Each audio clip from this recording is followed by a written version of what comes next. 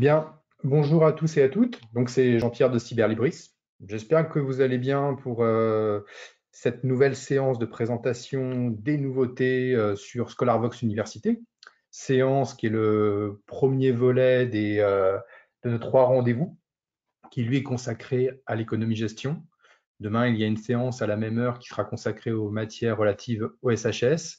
Et jeudi prochain, une autre séance qui, elle, est consacrée aux sciences. Donc, pour mémoire, maintenant, on organise nos webinaires universitaires en trois volets de cette manière. Donc, petit rappel sur le but de ces séances. Le but, c'est de faire un petit état des lieux sur les nouveaux éditeurs qui sont rentrés ces 2 derniers mois au catalogue, une petite sélection thématique qui est proposée par grande thématique en économie-gestion. La séance est enregistrée. Elle sera disponible dès la semaine prochaine sur la chaîne YouTube de Cyberlibris. Toutes les personnes qui participent aujourd'hui à cette séance recevront un petit mail avec le détail des éditeurs et des thématiques qui ont été présentées aujourd'hui, des thématiques de nouveautés, entend bien. La dernière séance avait eu lieu le 15 janvier. La vidéo est toujours en ligne sur notre chaîne YouTube. Et la prochaine séance, elle, aura lieu le jeudi 20 mai.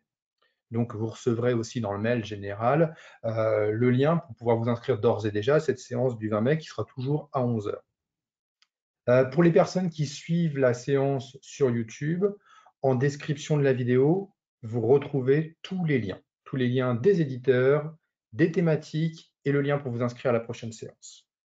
Par ailleurs, je vous demande de rester jusqu'à la fin de cette séance. Je vous fais une annonce en fin de séance, une annonce importante par rapport à notre catalogue. Donc, je vous demande d'attendre un petit peu la fin de la séance pour pouvoir développer cette annonce. Donc, on va pouvoir commencer d'ores et déjà avec un temps évidemment consacré comme à l'accoutumée avec les nouveaux éditeurs qui sont entrés au catalogue pour la partie économie-gestion ces 2 derniers mois. Donc, je vais commencer par un éditeur marocain. D'ailleurs, je vais vous emmener au Maroc pour cette séance, parce que c'est non pas un, mais 2 nouveaux éditeurs en économie-gestion marocains qui vont être présentés aujourd'hui. Donc ça, c'est intéressant. Le premier, c'est Policy Center for the New South. Alors, Policy Center for the New South, on a 13 titres aujourd'hui en ligne sur notre service université. On attend d'autres ouvrages, on a d'autres qui vont arriver prochainement, donc on va commencer à les traiter. Mais rapidement, Policy Center for the New South, c'est un think tank à la base marocain qui est basé à Rabat, qui a pour mission le partage des connaissances et des réflexions sur les questions économiques et de relations internationales pour les pays du Sud. Et ils ont, dans le cadre de leur activité, une branche édition d'ouvrages. Alors, pas seulement d'édition, enfin, pas seulement d'ouvrages, mais il y a aussi des rapports qui sont publiés chez eux. Par exemple, là, ici, on voit le rapport annuel sur l'économie de l'Afrique. Et puis, ils ont, en partenariat avec HEC, une collection de livres qui est disponible. Là, vous voyez, par exemple, Dialogue stratégique qui est accessible. Donc, c'est un nouvel éditeur avec lequel on travaille, qui à la base est un think tank, qui publie également des ouvrages. Vous voyez, pour l'instant, il y en a 13, d'autres arrivent prochainement en ligne. Donc ça, c'était le premier éditeur dont je voulais vous parler aujourd'hui.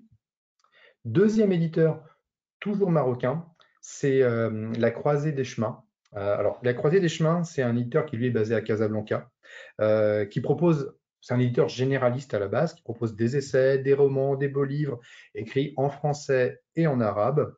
Et puis, parmi les essais, on retrouve des ouvrages relatifs à l'économie, l'histoire de l'économie et à la finance. Alors, qui peuvent traiter de mondialisation, qui peuvent traiter également d'économie au Maroc. Donc voilà un petit peu le type de titre qu'on va retrouver chez eux. Donc pour l'instant, on a 11 titres de la croisée des chemins. 11 titres en français, parce que tout à l'heure je vous ai dit de publier aussi en arabe, mais là c'est 11 titres en français qui sont disponibles de chez eux. Donc ils ont vraiment un catalogue intéressant. Là, par exemple, La mondialisation et nous, qui est vraiment très bien. La dette publique et l'impérialisme au Maroc, c'est un ouvrage qui combine histoire et économie, qui est vraiment intéressant également. Voilà pour la croisée des chemins. Autre chose, on a fait une mise à jour avec la FNOR, donc pas les normes, hein, mais les livres de l'AFNOR récemment. Donc là, on a commencé à incorporer 16 titres de chez l'AFNOR, donc éditeur historique chez nous, on travaille avec eux depuis de nombreuses années. Donc là, c'est une petite rétrospective sur les dernières parutions de l'AFNOR qui ont été mis en ligne récemment. Donc voilà un petit peu le type d'ouvrage qu'on va retrouver. Là, je vous fais défiler la liste de titres. Mais pour les personnes qui connaissent déjà un petit peu le catalogue dans nos collections, voilà un petit peu la continuité, je dirais, de leur production. Donc voilà. Ah, alors, avant de passer à la partie thématique, pour résumer rapidement cette partie nouvel éditeur, vous pouvez retenir Policy Center of the New South et puis la Croisée des Chemins. Et là, la sélection que je vous montre de nouveautés qui viennent de chez l'AFNOR. Maintenant, on va passer aux sélections, on va dire, thématiques. Et je vais commencer par l'économie. Alors, petite différence avec les précédents webinaires où je citais les noms de tous les ouvrages que j'avais sélectionnés par thématique, ça faisait une sorte de name dropping un peu lourd à écouter. Maintenant, je vais m'attarder directement sur les quelques titres qui m'ont intéressé, que j'ai envie de parler. Évidemment, vous recevrez via le lien tous les ouvrages qui ont été sélectionnés pour la catégorie économie. Ce sera pareil pour la catégorie gestion finance, pour la catégorie management RH et pour la catégorie stratégie de l'entreprise. Donc, je fais un focus sur 2 ouvrages parmi les 6 et vous retrouvez les 4 autres dans le lien de sélection.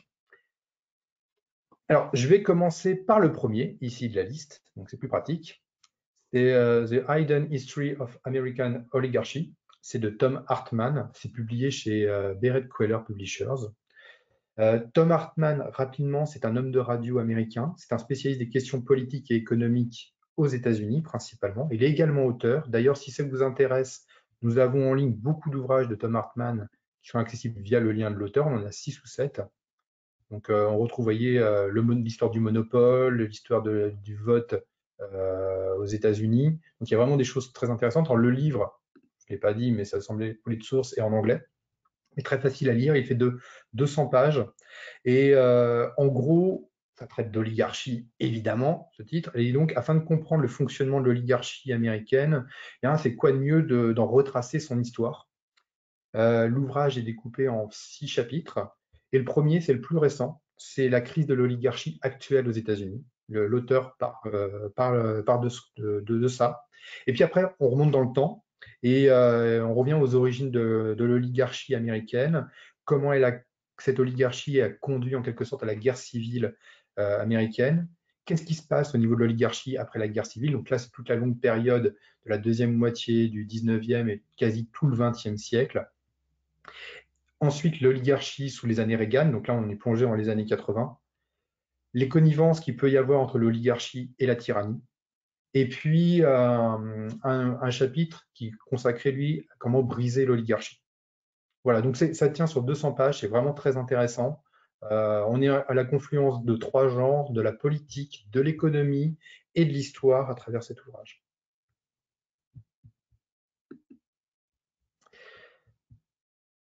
Autre ouvrage sur lequel je voulais mettre l'accent pour la partie économie, c'est la révolution industrielle des régions du Japon. C'est de Nakamura Naofumi, qui est professeur de sciences sociales à l'Université de Tokyo. C'est un spécialiste de l'histoire économique du Japon. Donc l'ouvrage est publié aux Belles Lettres, ça je ne l'ai pas précisé. Et c'est un ouvrage qui s'attarde, comme son titre l'indique, à la révolution industrielle au Japon, son histoire, et région par région. Quel est l'impact et le rôle des régions au Japon, du Japon, je veux dire, dans le développement économique du pays. Alors, je dirais que l'ouvrage s'attarde évidemment énormément sur le XXe siècle, mais il remonte quand même aux origines, à l'ère Meiji, qui commence grosso modo dans la deuxième moitié du XIXe siècle et qui finit dans le premier, vers 1910 au Japon. Donc l'ouvrage est découpé, lui, en 3 grandes parties. Il y a l'économie des régions au cours de la révolution industrielle, donc comment s'articule l'économie de chacune des régions. Quels sont après les agents du boom des entreprises japonaises? Et puis, le dernier chapitre qui, lui, va être consacré à l'industrialisation des villes. Donc, c'est un ouvrage évidemment assez complet qui fait un peu plus de 400 pages. Évidemment, pour les gens qui travaillent sur l'économie asiatique, ils vont trouver des choses super intéressantes dedans. Et c'est vraiment parfait comme bouquin. Donc pour résumer la partie économie, vous pouvez retenir évidemment The Hidden History of American Oligarchy et puis la révolution industrielle des régions du Japon. Je vais passer maintenant à la partie gestion finance. Et comme tout à l'heure, je ne vais pas vous présenter les 6 titres, mais je vais m'attarder sur 2 d'entre eux. Je vais prendre le deuxième là. C'est comprendre les calculs des conseillers financiers pour des choix de placement et de financement éclairés. C'est publié chez EMS et l'ouvrage a été écrit par Françoise Bastier. Alors, Françoise Bastier, elle est enseignante-chercheur en banque, finance, assurance à l'IAE de Caen. Et dans cet ouvrage, on retrouve quels sont les outils mathématiques qui permettent de comparer les offres de placement et de financement. Donc, c'est un ouvrage qui va être à la base dédié, on va dire, d'un côté un peu grand public, pour comprendre les calculs financiers qui sont faits par nos banquiers. Mais évidemment, l'ouvrage est très didactique et peut être lu par des étudiants pour vraiment comprendre ces différents calculs, faire une excellente synthèse de ces différents calculs. L'ouvrage, lui, il est en 5 chapitres et l'auteur, à chaque fois, resitue le calcul financier dans chacun de ces chapitres. Donc, on retrouve l'intérêt simple, les intérêts composés, la capitalisation, l'actualisation et les emprunts indivis. Donc, voilà un petit peu comment est construit cet ouvrage. Donc, pour des étudiants qui arrivent, je pense, en finance et qui souhaitent se familiariser avec les calculs financiers, peuvent aller vers ce titre. Il n'est pas très gros, il fait 130 pages et il se lit tout seul. Autre titre sur lequel je voulais mettre l'accent, c'est la prise de décision financière. C'est publié aux presses universitaires de Laval, donc éditeur université canadienne. C'est un ouvrage qui est de Issouf Soumaré, qui est professeur à l'université de Laval, qui est au département de finance, assurance et immobilier. Et donc cet ouvrage est une sorte d'introduction au concept et au modèle de base de la théorie financière. Il est à destination des étudiants en première année de doctorat. Il est découpé en 10 chapitres. Alors, je ne vais pas vous citer les 10 chapitres parce qu'on y sera encore demain matin, mais je peux vous citer quelques-uns des chapitres qui composent ce titre, qui n'est pas très gros, qui fait 160 pages. On retrouve dedans la préférence, les fonctions d'utilité et l'aversion au risque, les problèmes de choix de portefeuille, la séparation en fonds et modèles factoriels, l'évaluation des actifs en économie statique. Donc voilà un petit peu le type de chapitre qu'on va retrouver dedans. C'est assez didactique aussi comme ouvrage. C'est encore une fois, c'est vraiment un ouvrage d'introduction. Donc à recommander pour des étudiants, même niveau master, ça peut être intéressant pour eux.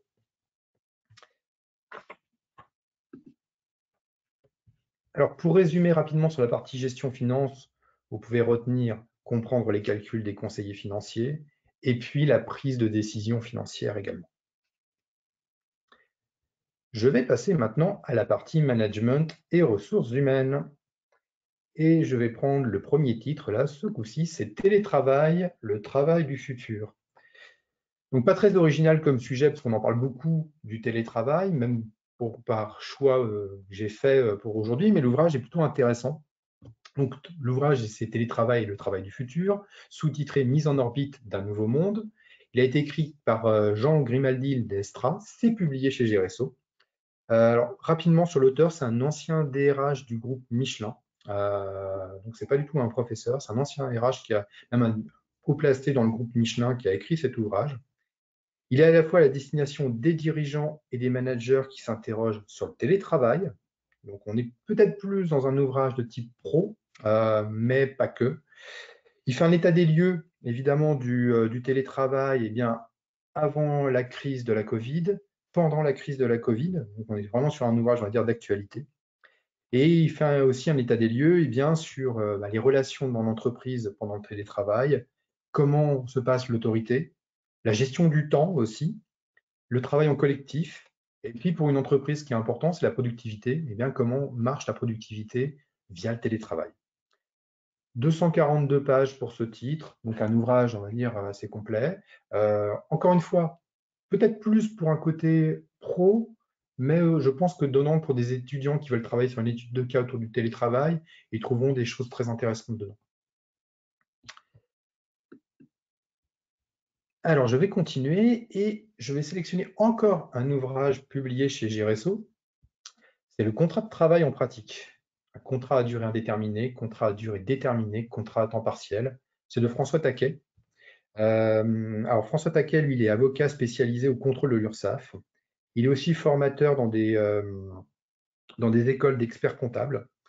C'est un ouvrage qui va être à la fois à destination des employeurs, des salariés, des ressources humaines, mais aussi des étudiants pour comprendre comment fonctionne un contrat de travail. C'est donc un guide qui aide à la rédaction du contrat de travail, à sa compréhension. Il offre un panorama vraiment complet sur la situation législative actuelle en matière du contrat de travail. 5 chapitres dedans, donc les 5 chapitres sont assez simples à comprendre, hein. C'est le CDI, CDD, le contrat à durée partielle, les contrats de travail pour les intermittents, etc. Donc, on retrouve pour un chapitre par grand type de contrat dedans, et c'est vraiment très simple, c'est 180 pages, c'est carré, c'est clé en main, et quand on se penche sur la notion de contrat de travail, c'est un outil parfait. Je crois que c'est la première édition pour ce titre. Alors rapidement, pour synthétiser le management RH, vous pouvez retenir télétravail, le travail du futur, et puis le contrat de travail en pratique. Je vais passer maintenant à la stratégie de l'entreprise. Et je vais prendre le premier titre là, c'est bien pratique, c'est souvent le premier. Créer de la valeur ou disparaître, un enjeu systémique pour l'entreprise. C'est de Antoine-Henri de Frahan, c'est publié chez Mardaga. Alors, Antoine-Henri de Frahan, il a un parcours assez atypique. Il était d'abord avocat et juriste international. Ensuite, il a créé son cabinet de conseil spécialisé dans le management. Et puis, il est également conférencier. Il intervient lors de conférences sur toutes les questions de stratégie. Donc, c'est vraiment un ouvrage qui traite du rapport qu'il y a. Alors, si je reviens au titre maintenant, pardon, j'étais un peu vite en besogne. C'est vraiment un titre qui revient justement sur la notion de valeur d'un point de vue stratégique. Donc, l'ouvrage revient d'un point de vue très didactique sur la notion de valeur. Qu'est-ce que la valeur pour une entreprise? L'indispensable valeur systémique aussi. La raison que la valeur est une des raisons d'être des entreprises. On retrouve aussi ce type de choses dans cet ouvrage. La méthode, donc les bonnes questions pour augmenter et accroître sa valeur. Il parle de la méthode SCOPE aussi. Et puis, faire l'état des lieux, eh bien, pour l'organisation des entreprises autour de la valeur, donc la stratégie, l'organisation, la culture de l'entreprise, des personnes, que ce soit les salariés, les dirigeants, comment ils peuvent s'impliquer dans la création de valeur et comment cette valeur peut devenir évidemment un enjeu stratégique important de la boîte. Donc ça, c'est publié chez Mardaga. Donc, l'autre titre sur lequel je voulais mettre l'accent, il est tout en bas, j'en ai sélectionné 7 là. Hop, c'est publié chez EMS, c'est la tétranormalisation, profusion des normes et développement des entreprises. Alors, cet ouvrage est un peu plus particulier, c'est plus le fruit d'un colloque qui s'appelle le colloque des journées de l'ISEOR. Il est coordonné par 2 professeurs de l'IAE de Lyon, qui sont Henri Saval et Véronique Sardet. Et eh bien, cet ouvrage, ou plutôt ce résumé de colloque, eh bien, traite vraiment comment les normes, quelles qu'elles soient, interagissent sur les entreprises et peuvent bouleverser leur stratégie. Donc, on retrouve un chapitre bien sur la tétranormalisation, les contraintes et les opportunités pour les entreprises, la profusion des normes aussi, comment l'entreprise gère ces normes, comment elle tente de les respecter aussi au regard de sa stratégie, et comment s'adaptent aussi les entreprises aux différents changements de normes qui peuvent être à tout niveau. Ça peut être d'un point de vue RGPD, ça peut être d'un point de vue environnemental, etc. Donc à tous les niveaux, comment les entreprises s'adaptent et comment elles adaptent leur stratégie en fonction. C'est vraiment très bien. C'est assez pointu, évidemment, parce que c'est quand même le fruit d'un colloque. Beaucoup de professionnels qui sont intervenus pendant ce colloque. Mais encore une fois, l'ouvrage a été coordonné par 2 professeurs d'IAE, de l'IAE Lyon. Donc, c'est encore un titre que je vous recommande. Donc, vous pouvez retenir sur la partie stratégie de l'entreprise, va créer de la valeur ou disparaître. Et puis, tétranormalisation, profusion des normes et développement des entreprises publiées chez EMS. Alors, rapidement, un petit état des lieux sur la lecture loisir aussi. Je le fais un peu à chaque fois. Donc là, j'ai sélectionné 9 titres. Je ne vais pas tous vous les décrire. Il y a de la bande dessinée dedans. Il y a évidemment aussi des romans. Vous pouvez retenir Que sur toi se lamente le tigre, un ouvrage qui est publié, un roman qui est publié par de Emalienne de Malfatouf chez Elisade. Ça traite du crime d'honneur en Irak. Euh, c'est vraiment excellent, c'est très bien. C'est un tout petit roman qui se lit très vite et qui est vraiment parfait. Là, sur cette notion de crime d'honneur, l'auteur a été assez loin et c'est vraiment très bon. Je vous recommande aussi un auteur classique en SF qui est publié maintenant chez Le Passager clandestin, c'est de Fritz Lieber, c'est Le Pense-Bête. Un petit roman rapide qui a été écrit dans les années 60, qui se passe dans un futur en 200-300 ans et qui parle justement de l'addiction aux nouvelles technologies. Et donc, à base d'un outil qui s'appelle le pense-bête, qui rappelle étrangement nos téléphones, etc. Donc, je vous recommande aussi ce roman qui est vraiment très bien. Et puis un autre titre, c'est Une falaise au bout du monde de Carl Nixon. C'est le troisième roman qu'il publie aux éditions de l'Aube. Donc Une falaise au bout du monde, ça se passe en Nouvelle-Zélande. Une famille disparaît sur une route une nuit à la fin des années 70. On n'a plus de nouvelles d'eux, complètement évaporés dans la nature. Et puis une trentaine d'années d'après, en Angleterre, une dame reçoit un coup de téléphone, comme quoi on a retrouvé les ossements de son neveu, sauf que ce n'est pas les ossements d'un enfant, c'était ceux d'un adulte. Donc, qu'est-ce qui s'est passé pendant ces 30 ans-là? Donc voilà, c'est vraiment excellent. Si vous n'avez jamais lu Carl Nixon, je vous conseille aussi La Terre des Maoris, qui est vraiment très bien. Et ce roman, pour commencer, est pas mal aussi. Voilà pour la partie loisirs. Donc, pour la partie loisirs, bon, mis à part les autres titres, vous pouvez retenir Que sur toi se lamente le tigre, Le pense-bête et puis Une falaise au bout du monde. Voilà, j'ai terminé, je vais dire, sur la partie présentation des nouveautés. Et puis, je vais revenir maintenant à l'annonce que certains ont eue dans leur boîte mail hier. Euh, En gros, pour faire simple, nous allons devoir retirer de nos collections au mois de juillet, fin juillet au 31 juillet, tous nos ouvrages qui viennent des éditions Gualino. Donc là, je suis sur la page des éditions Gualino, ça représente plus de 600 titres aujourd'hui. C'est un éditeur avec lequel nous travaillons à l'origine depuis quasi les origines de Cyberlibris, depuis quasi une vingtaine d'années. Donc fin juillet, on va devoir retirer tous les ouvrages de notre collection, plus de 600. C'est évidemment une décision qui est indépendante de notre volonté. C'est un choix stratégique de l'éditeur. Il ne va pas passer sur une autre plateforme, il ne va pas mettre ses titres sur une autre plateforme. Il a commencé à développer et il développe sa propre solution à destination des universités. Donc évidemment, nous, de notre côté, on a tenté évidemment de ralentir ce processus au maximum. La date du 31 juillet pour retirer ces ouvrages, on est conscient qu'elle n'est pas forcément idéale. Au moins, l'année universitaire est préservée, au moins ça. À partir du mois de mai, un point important, sur chacune des fiches de livres, il y aura une petite mention qui apparaîtra, donc je parle des fiches de livres Gualino, une petite mention qui apparaîtra comme quoi les livres seront retirés de nos collections, enfin ce titre sera retiré des collections au 31 décembre, 31 juillet, pardon, excusez-moi. Autrement, qu'est-ce que je peux vous dire d'autre? Ici, un point important, l'éditeur continue à nous faire des mises à jour en attendant. Il maintient ces mises à jour. Donc, il y a d'autres titres Gualino qui arrivent. On continue à traiter et à mettre en ligne pour l'université. Mais tous ces titres seront tous retirés au 31 décembre. Parfois, j'ai choisi de présenter ces nouveautés pendant mes webinaires et mes newsletters. Alors, c'est pas de la cancel culture, hein, je ne fais pas ça du tout. C'est juste pour une meilleure clarté, je pense. Donc, juste ça, je voulais vous prévenir de ce point important. Donc, c'est une grosse part de notre fonds qui part, évidemment. On est évidemment déçu de cette décision. Un point important, c'est retirer de quasi tous nos services, donc l'université, les collectivités territoriales, la lecture publique. On conserve les écoles de commerce. Les écoles de commerce sont épargnées parce que l'éditeur veut vraiment aller directement parler directement aux universités. Autre point important, toutes vos questions que vous avez sur